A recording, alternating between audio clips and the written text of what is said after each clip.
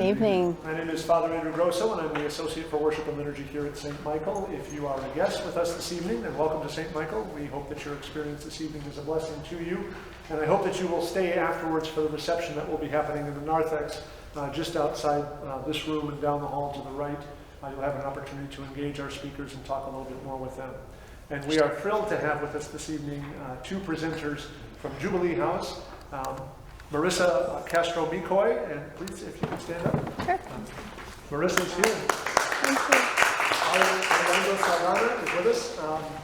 As many of you know, Jubilee has been operating for 25 years now. St. Michael has been integral to the development and the ongoing work of that organization.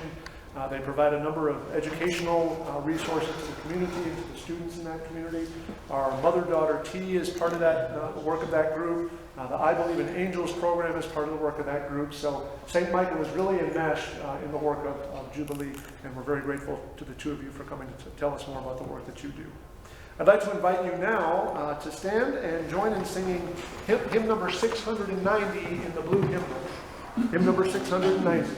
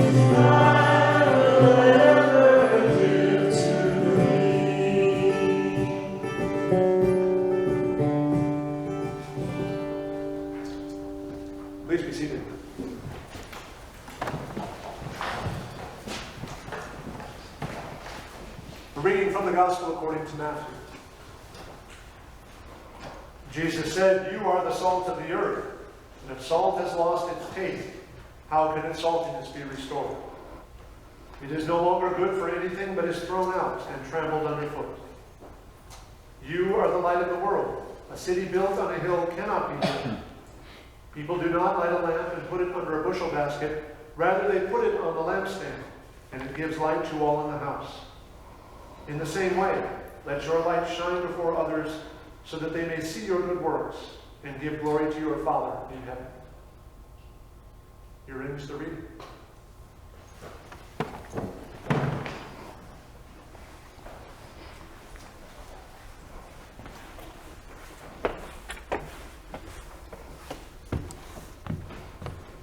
Good evening, everyone. It's so nice to be here and to see so many familiar faces, so many friends of Jubilee here. I'd like to introduce myself for those of you that don't know me. My name is Marissa Castro Mikoy, and I'm the president and CEO of Jubilee Park and Community Center. And this is... I'm Alejandra Saldaña. I'm the Health and Wellness Manager at Jubilee and proud community member. All right, to kick us off, really before I kick it off, I just want to say just how honored we really are to be here, to have been invited to share what we do at Jubilee. A lot of our history, much of our history is really rooted here at St. Michael. So it really means a lot to be invited to share our work. So as many of you know, over 25 years ago, actually 25 years ago last year, St. Michael founded Jubilee Park and Community Center, and it was in honor of your 50th year anniversary called the Jubilee. And there was a group of really visionary, passionate leaders. I'm seeing Walt Heumann right here. He was spearheading part of the charge, but decided to do something really transformational and long-lasting for the 50th year anniversary. Our partnership with St. Michael and All Angels continues to grow year over year. In fact, we have a third of our board members that are St. Michael parishioners. We have St. Michael parishioners on our task forces. We have many of you and many others that volunteer on our campus pretty much every week. Some of you are there multiple days a week. So our partnership is really special. So I'll start off by just talking about our mission. Our mission at Jubilee Park and Community Center is to be a catalyst for community revitalization and enrichment in Southeast Dallas. So we are bound, we actually are what is called a place-based organization. And so what that means is our organization is in the middle of a neighborhood in Southeast Dallas. We're bound by I-30, Crosstown Expressway, and Fair Park. And what a place-based organization means is that we are laser focused on serving the community in a defined space. And so for us, that's 62 blocks, and that's about 2,000 residents that live within those 62 blocks. But we do also provide services for those adjacent communities. And over the course of time, more and more people have learned about the services and programs that we have. So when you look at the peripheral adjacent neighborhoods, that number goes up to about 5,000 residents. So before we get into what we're doing now and really what the future holds, let's rewind 25 years and talk about what did the neighborhood look like 25 years ago. And I have to say, it's a little difficult to say this with having so many of you that were there 25 years ago that started Jubilee, but I will do my best. So before 1960, the Jubilee Park neighborhood was a middle class, working class community, and it was predominantly African American. But in 1960, I-30 was built, and it cut straight through the neighborhood. And what that did is really siphoned off resources and isolated the community from the rest of Dallas. And then in 1970, the Ford plant closed. Many of the residents in the Jubilee Park neighborhood were employed by the Ford plant. So when that happened, the community really started to decline because you don't have income, you don't have jobs. So between 1970 and the late 90s, the neighborhood really experienced decline, which then led to high rates of crime, violence, prostitution, drug use. It was not a safe place to raise a family. It was not a safe place for kids. And you know, when I first started, I was told by by Dallas Police Department that it was called the war zone in that area. Trash collectors would not collect trash because it was not safe enough. 911 calls weren't always responded to. So you had a community that was really cut off from the rest of Dallas and that was really left there to continue to decline. And that's when St. Michael came together with a bunch of incredible people and decided we want to ignite transformational long-term change. So what they did in 1997 is said, we're going to build 2 Habitat for Humanity homes, and we're going to run after-school programs for free, run by volunteers from the church. And this comes directly from Walt during my onboarding.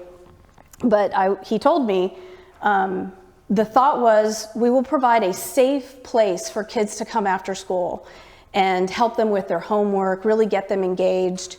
And if the neighborhood rejects us, if we can't develop or build trust with them, then the worst thing that can happen is that we'll give those 2 homes back to the community and say, we did our best, we tried. But that didn't happen. Over the course of time, kids kept coming. With kids, parents came, grandparents came, neighbors came, and that after-school program turned into computer literacy classes and resume writing and job coaching. And that's what happens when trust is built. So in 1997, there were 2 Habitat for Humanity homes that's where it started. And then in 2010, the community center was built, which is where we still are today. And we run a lot of our programs from the community center. And then in 2022, so we've continued to add programs, and you'll hear about that later in the presentation. But just last year, we added an 8th building to our campus, which was the Jubilee Park Community Clinic. Yay! It's so incredible. And then just last month, we opened our food pantry. And we'll talk a little bit about that. We have a few people here who were instrumental in starting our food pantry, but that has been our newest endeavor. Okay, so I think it is best to hear straight from our neighbors. So I'm going to play a 3.5-minute video, and then we'll keep going. Being a single mom of 4, kind of feel like there's no time for yourself sometimes. My parents, they passed away a couple years ago. The house was left in that estate, so I needed to make repairs on it. Jubilee came in actually, and they offered to do that for me. They sent people, and the foundation and the roof was done. Going through the emotional learning classes through here made me think of things differently. I'll forever be grateful for them.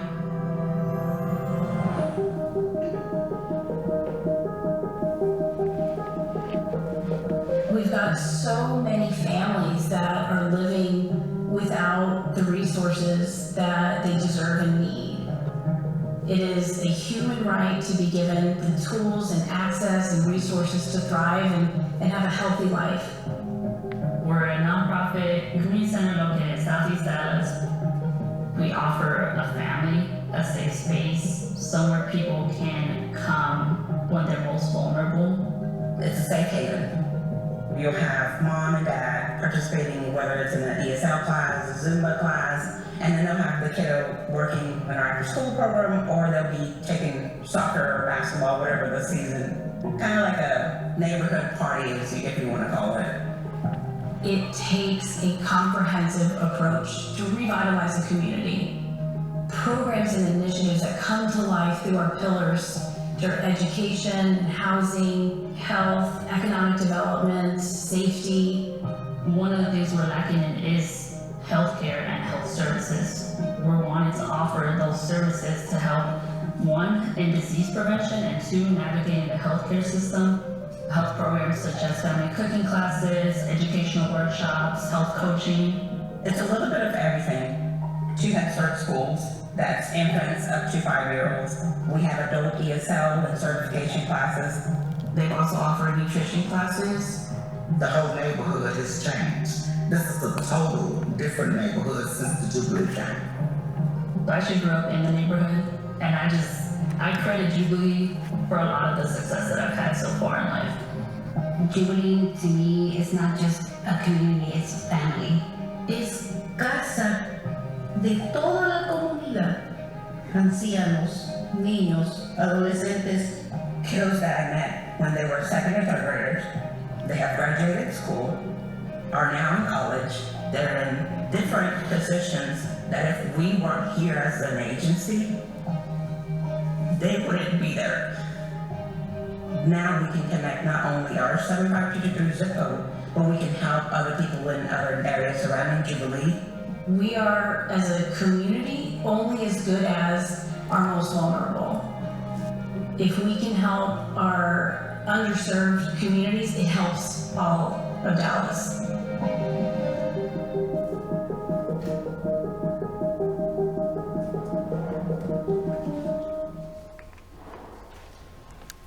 So as you heard from our neighbors and me as well, Jubilee is a refuge for people who live there. To be honest with you, sometimes it's a little difficult to watch the video or hear about the history of a place where I grew up in.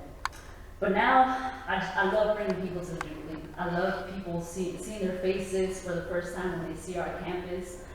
It's really a great feeling. It's so fulfilling. It's like, wow, we're changing, we're doing so much great work. But oftentimes I hear people that come by that I show tours to is that, wow, I've been around this area so often, but I never knew this was here. I always get the word, this is a hidden gem, because it is. So it's really like its own little village in Southeast Dallas.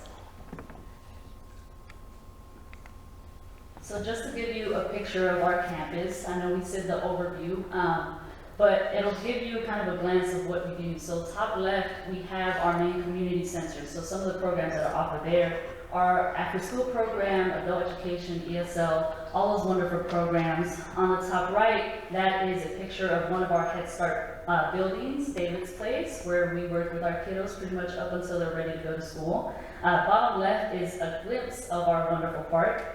We actually have amazing basketball courts, a larger open field, an interactive playground, and of course this beautiful soccer field, which is actually one of two in Southeast Dallas that has a draining turf. So it gets a ton of traffic because folks are able to use it even when the weather's not the best, right? The park is open 7 days a week, pretty much up until 10 p.m. So definitely a place where people can go, be outside, play a game in a safe space. Bottom right, that is the teen house. Some of y'all may remember this building is actually one of the 2 Habitat homes that were built when Jubilee was first founded. It's changed a lot inside because it's now the teen center, and you know the teens need their own special space, but it is the existing structure from the 2 Habitat homes.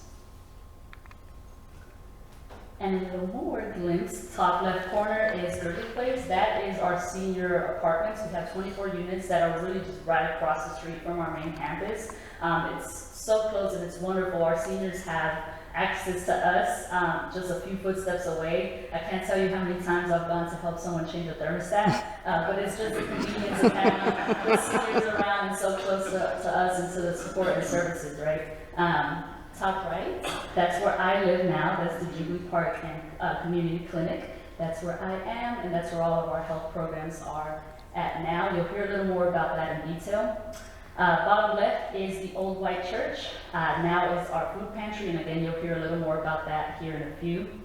And bottom right is our DPD substation. That's where our officers are housed out of. It's been an amazing partnership, and again, you'll hear a little more about that as well. So I'm going to talk a little bit about the community profile. So you heard me mention in the timeline that when Jubilee started, it was predominantly African American. Well, the demographics have completely flipped. So now 75% of the community is Latino, 19% African American, with the remaining 6% identifying as white, multicultural, or other. It really is a diverse neighborhood. And our neighbors, so there's I think you might be surprised to hear that there's a very low unemployment rate in the neighborhood. The issue is our families are the working poor. Our families are working, but they're working 1, 2, and sometimes 3 low-wage jobs. Generational poverty has very little to do with individual choice, drive, or intelligence. It has to do with underinvestment, with things that have happened generation over generation, like I-30 being built, going straight through the neighborhood. And it's just something that we at Jubilee are really trying to talk about and advocate for change. And then the map that you see on your right is what's called an infrastructure desert map. And that is something that SMU, there's actually a professor out of the College of Engineering, produced an infrastructure index. So what that means is they've looked at all of the neighborhoods around Dallas and Dallas County, and they looked at things that are a part of the infrastructure, things like lights on streets, how sidewalks are, if they're broken or not, or if they're complete, is there fast broadband internet there, is there a grocery store, a pharmacy, a bank, all of the things that many of us are able to enjoy just north of I-30. And so all the neighborhoods that you see in the red means that they're lacking in all of those resources and all of those things. Jubilee Park sits in an infrastructure desert. So that's just a profile of where we are. Yeah, so Marissa explained it wonderfully, just giving you a snapshot of our neighborhood and our community, but I want to tell you a little bit more about our neighbors and some of the things that they typically face. So Miss Sophia, on a typical day, wakes up about 4:45 a.m. Her children won't be picked up by the bus for another 2 hours.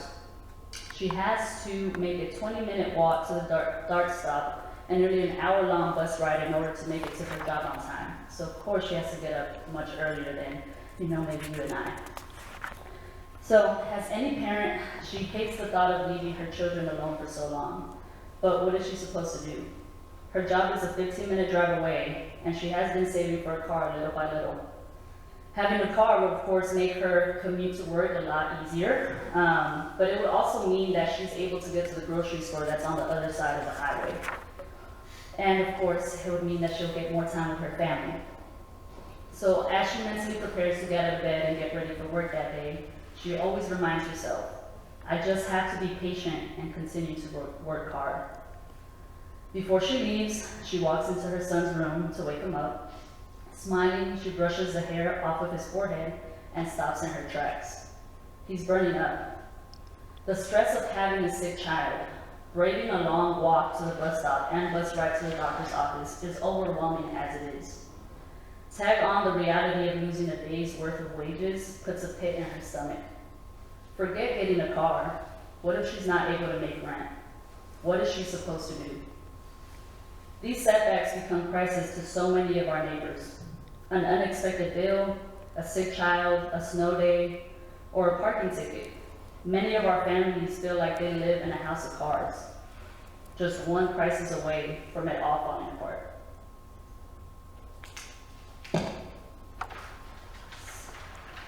Your zip code should not determine your destiny. Unfortunately, our neighbors live on average about 22 years less than folks living just a few miles north of I-30. And there are many reasons for that, including income, education, and access. On average, families make about $51,000, which is $50,000 less than the living wage. Our teens are going to college at similar rates, but they're less likely to obtain a degree. And Jubilee is a food desert and a food swamp, which means we have easier access to junk food than we do to quality, affordable groceries. We're also a medically underserved area, which means there's just not enough doctors for the number of people that are in our area. To give you a little perspective on that, in Southeast Dallas, there are 54 physicians per 100,000 people, and the national average is 225 per 100,000 people. So, the CDC came out with something called the social determinants of health. These social determinants of health are essentially non-medically driven factors that impact a person's whole health and community health. And Jubilee's 5 pillars of impact align well with these social determinants of health, which means our programs are essentially mirrored to these non-medical factors to impact a person's whole health. So on this slide, you'll see our theory of change. And this really is a good picture of the what, the who, and the why we do what we do and what we're trying to accomplish. The green bars that go across the screen are pillars, and underneath that are all the activities, programs, and initiatives that we do. that we provide for the community. And across the bottom is the audience. Who are we serving? And that's everybody. That is infants through our partnership with Head Start, infants and toddlers and preschoolers, through seniors. And so everything that we do at Jubilee is with the intention of breaking the cycle of generational poverty. And so we describe it sometimes as, you know, we provide Band-Aids. So some of the things that are Band-Aids are a food pantry, because there's no grocery store. That's the long-term goal.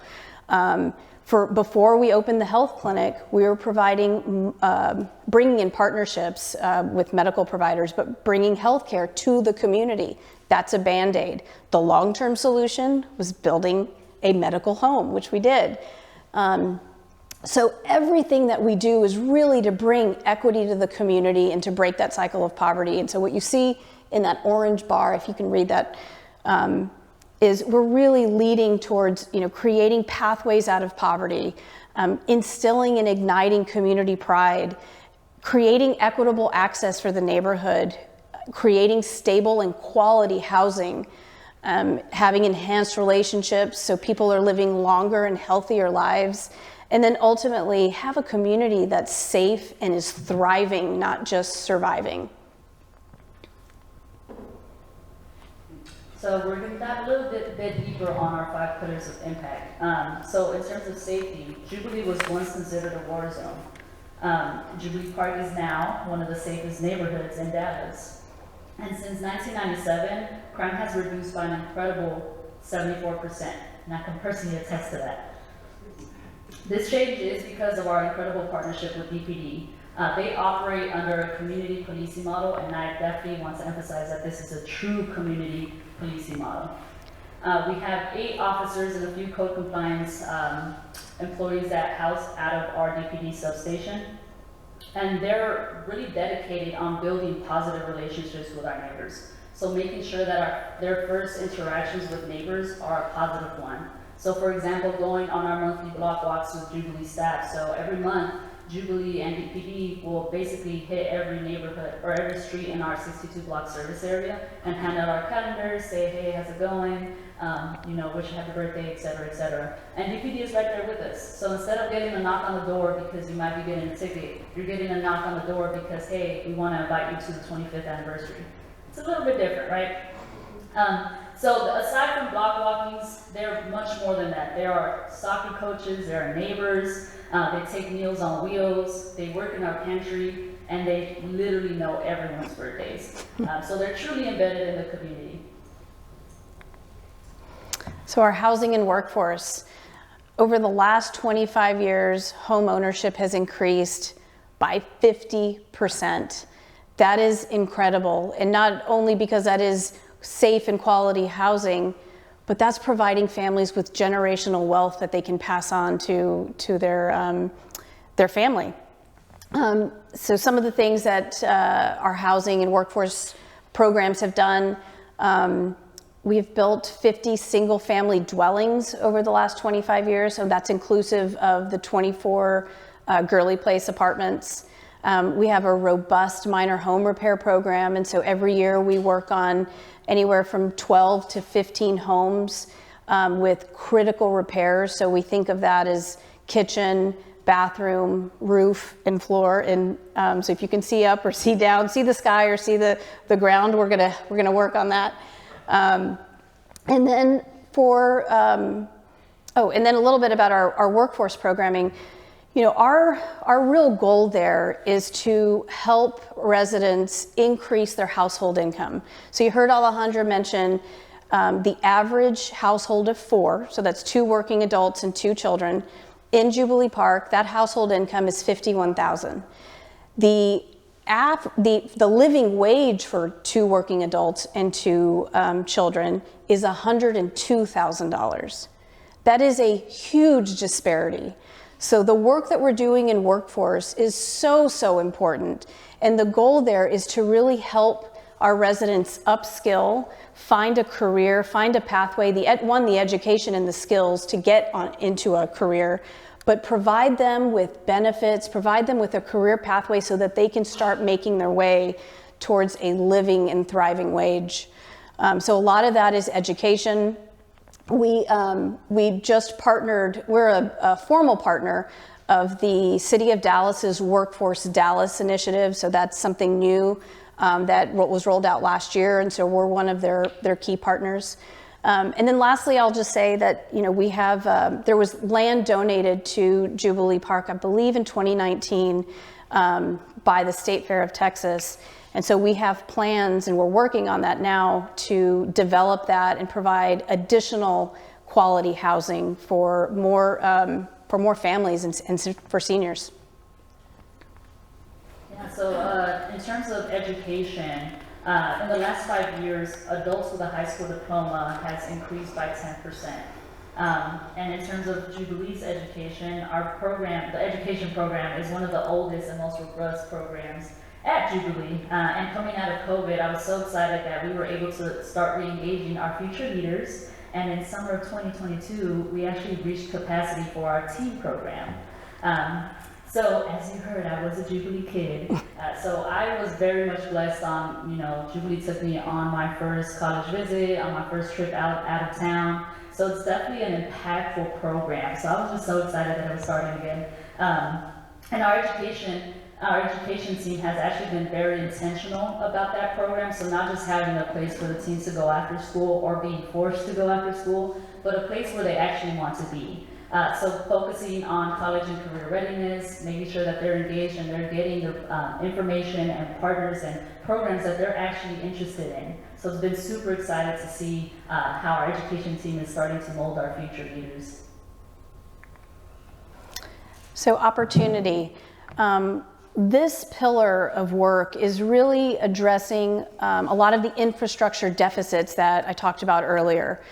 So one of the things that I think I mentioned that came out of COVID was a food pantry.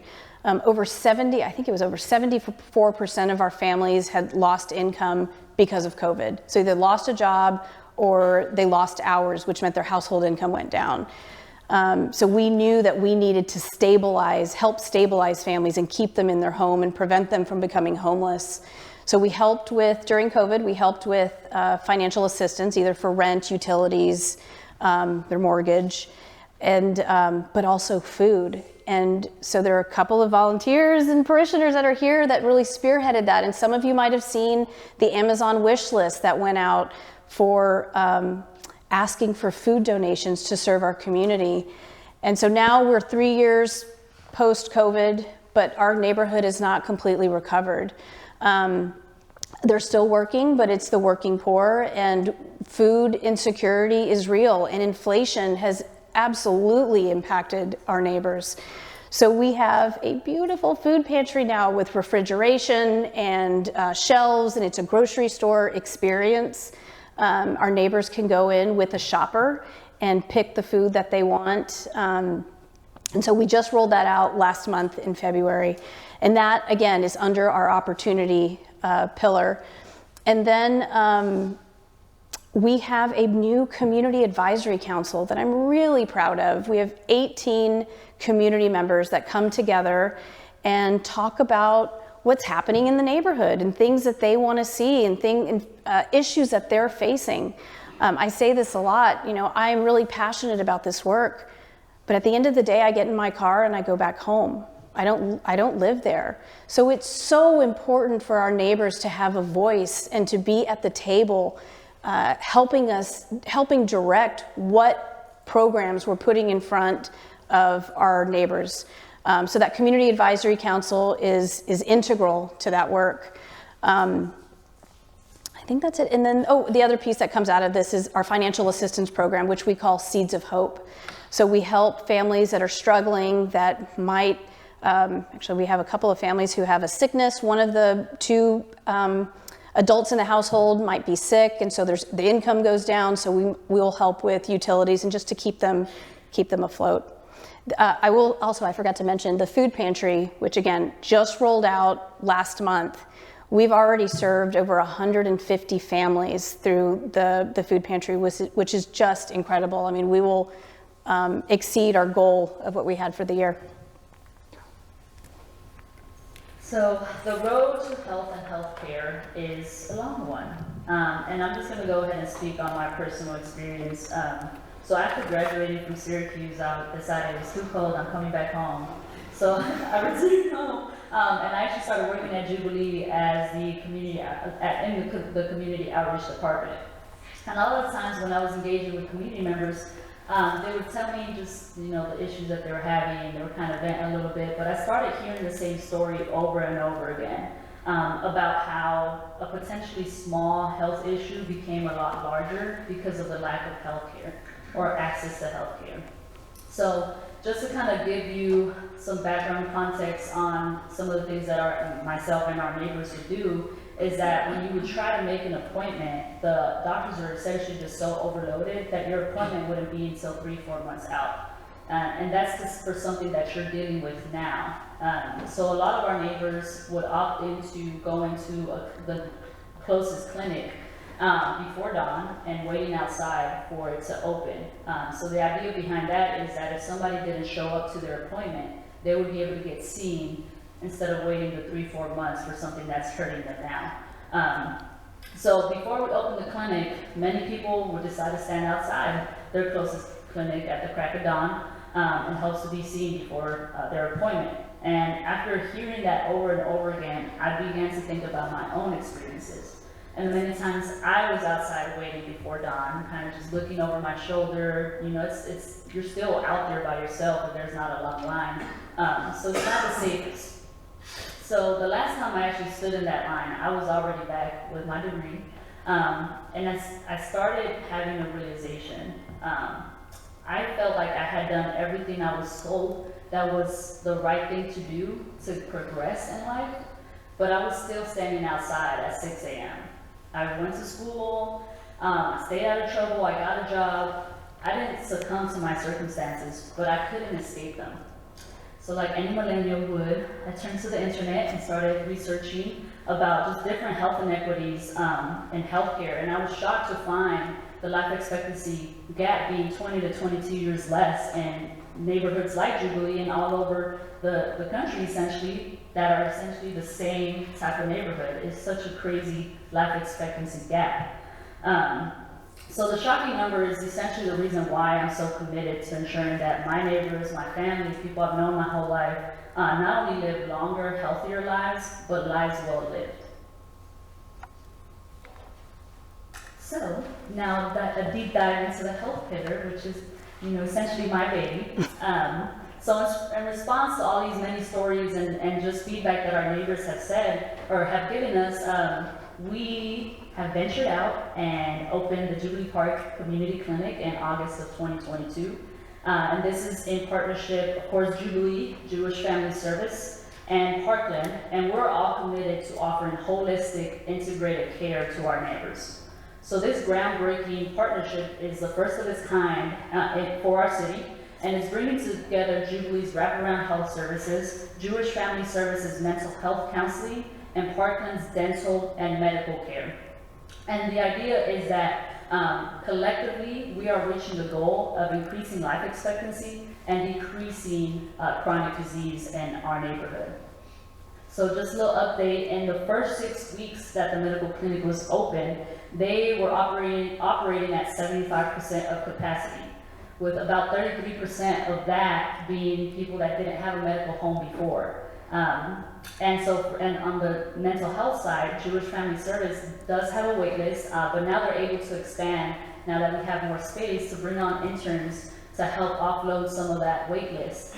And on the Jubilee side, we have begun a lot of new programs, including our senior walking program, which I tell you, they want to be there at 6 in the morning, but I just can't do it every Friday. Cooking classes, so things like cooking with diabetes, how to prevent hypertension through your nutrition, different nutrition education classes such as understanding your medication, bringing in pharmacists, bringing in nurses to help you understand your blood pressure reading, and also a blood pressure monitoring program. So making sure people get in the habit of checking their blood pressure and knowing their status consistently so that we can be on top of these diseases if we already have them. but also making sure we can prevent them. So fitness classes, access to the pantry, all these different things have just come online, and we're just so excited about it. Is this me? It's me. Okay. There is so much untapped potential in the southern sector. When you think about Dallas County and the population of Dallas County, it might surprise you to hear that 40% of the population in Dallas County is in the southern sector, which just tells you there's so much potential there. We have kids that are little Alejandras who are growing up and just needing the opportunity and the experiences to thrive and to continue to give back to their to Dallas and to make Dallas a stronger and even better place. And we really believe that when a neighborhood like Jubilee Park thrives, we all thrive. So the next 25 years, we've got big ideas and a big vision. Our vision is that we will know success when Jubilee Park is a thriving and self-sustaining community where people love to live, where people desire to live in the neighborhood. And that's tricky, because I think what might come to mind is, well, there's gentrification, and if you have people that want to live there, then people will be pushed out of their homes. But there are different ways to help protect people who have lived in the community for generations. The vision is that there is a mixed income neighborhood where people are living side by side, that we have done the work to persuade our decision makers to have smart policy in place that really, like through tax abatements or incentive programs for developers, to bring in a grocery store, to protect people from rising taxes on their homes, to bring in retail and a pharmacy and a bank and all the things that a lot of us enjoy and that everybody deserves to enjoy. We know that gentrification is coming. In fact, I share this quite often. I have developers calling me a lot, asking if we will sell Jubilee Park to develop, because we're so close to downtown. We are in prime area of Dallas. That means our neighbors are getting calls and knocks at the door for their homes. And in fact, when in 2020, I talked to a senior who had come to the center for help. He was living out of his car, and it was because a developer had offered him cash for his house. It was $100,000. That's a lot of money when you're on a fixed income. He took it, started living in a hotel, ran out of money, and ended up living in his car. And so for us, we know that it is real. And so there's an effort to educate our neighbors and arm our neighbors really with the information that they need to protect themselves. But we know that if we can do that and take our neighbors to decision makers and have smart policy, Jubilee Park will be a place that everybody wants to be and live and enjoy. But we have to do that with continued support and volunteers and really shining a light on what we both have been talking about, just the inequities that occur in the southern sector of Dallas. So come by and be part of the change. Donate, volunteer, share your passions, your knowledge, and join us on April 18th for an open house. So essentially, you can come see our campus, come hear a little more about what we do. Again, I love seeing people's faces light up when they first see our campus, so really definitely come by. And your handouts should have a little more details on that event, so feel free to sign up there. And I would say, if you've been to Jubilee, and many of you have many, many times, bring someone new. Bring someone new to see what the campus looks like. I promise they will fall in love with it just like many of us have. Thank you so much. This was great.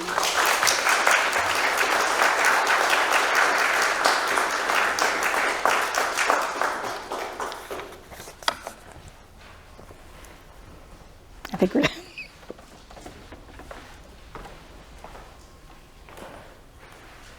Okay. Thank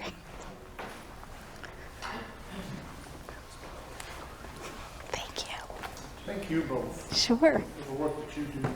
You heard in the reading from Matthew earlier, the city on the hill cannot be hid. And it's pretty clear that the light that you're shining out from Jubilee is causing significant transformation in your community. So thank you for that. And thank you for letting us be part of that work. We've been involved, obviously, for a long time, but you have taken the ball and run with it, and now we're helping you. Thank you. So we appreciate that very much. Thank you. I invite you to stand as you are able.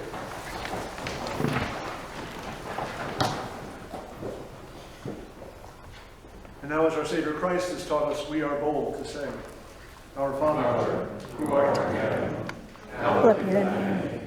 Thy kingdom come, thy will be done, on earth as it is in heaven. Give us this day our daily bread, and forgive us our trespasses, as we forgive those who trespass against us. And lead us not into temptation, but deliver us from evil. For thine is the kingdom, and the power, and the glory, forever and ever. Amen. Keep watch, dear Lord, with those who work, or watch, or weep this night. And give your angels charge over those who sleep. Tend the sick, Lord Christ. Give rest to the weary. Bless the dying. Soothe the suffering. Pity the afflicted. Shield the joyous. And all for your love's sake. Amen. Amen. I would be remiss if I didn't mention that we have another guest with us this evening. Paul is joining us from St. Matthew's Cathedral, where he is the director of the Contemporary Music program there. So we're grateful to have you with us this evening. Please join in singing hymn number 645.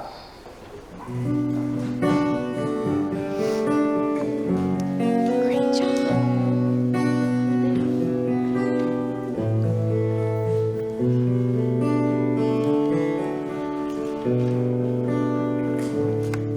The King of love, my shepherd is, whose goodness faileth never. I nothing lack if I am his, and he is mine forever.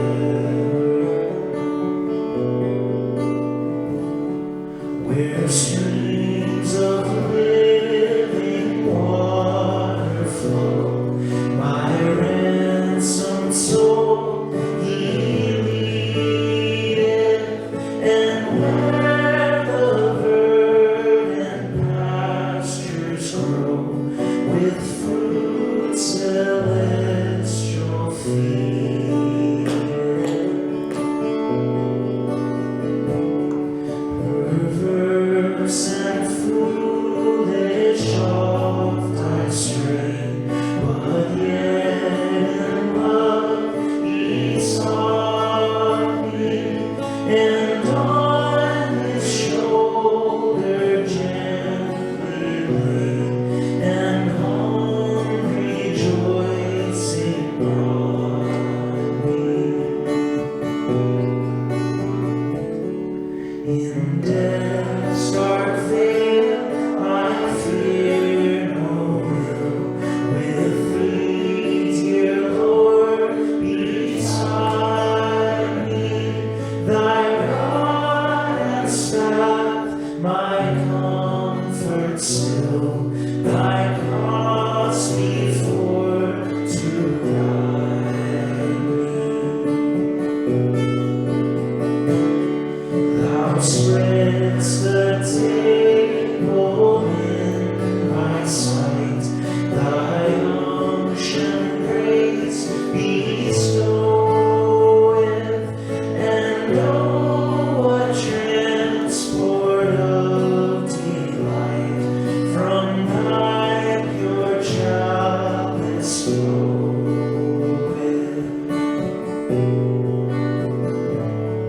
And so through all the length of days, thy goodness faileth never.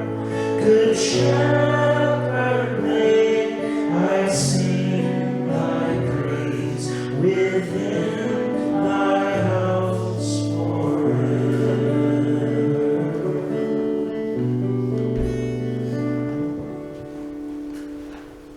Song of Simeon is reprinted on your service bulletin. Let us say together, guide us waking, O Lord, and guard us sleeping. That awake we may watch with Christ, and asleep we may rest in peace. Lord, you now have set your servant free, to go in peace as you have promised.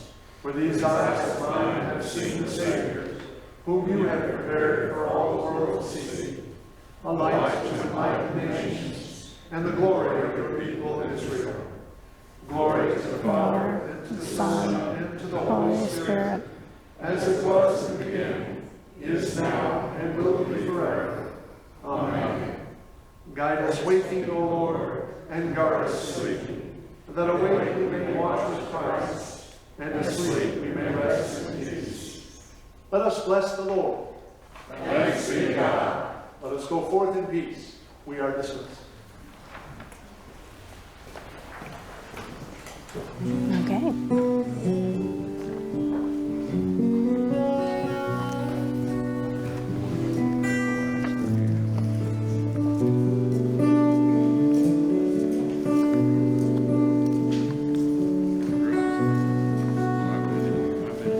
Here we go. Thank you. Thank you. Really great. So much.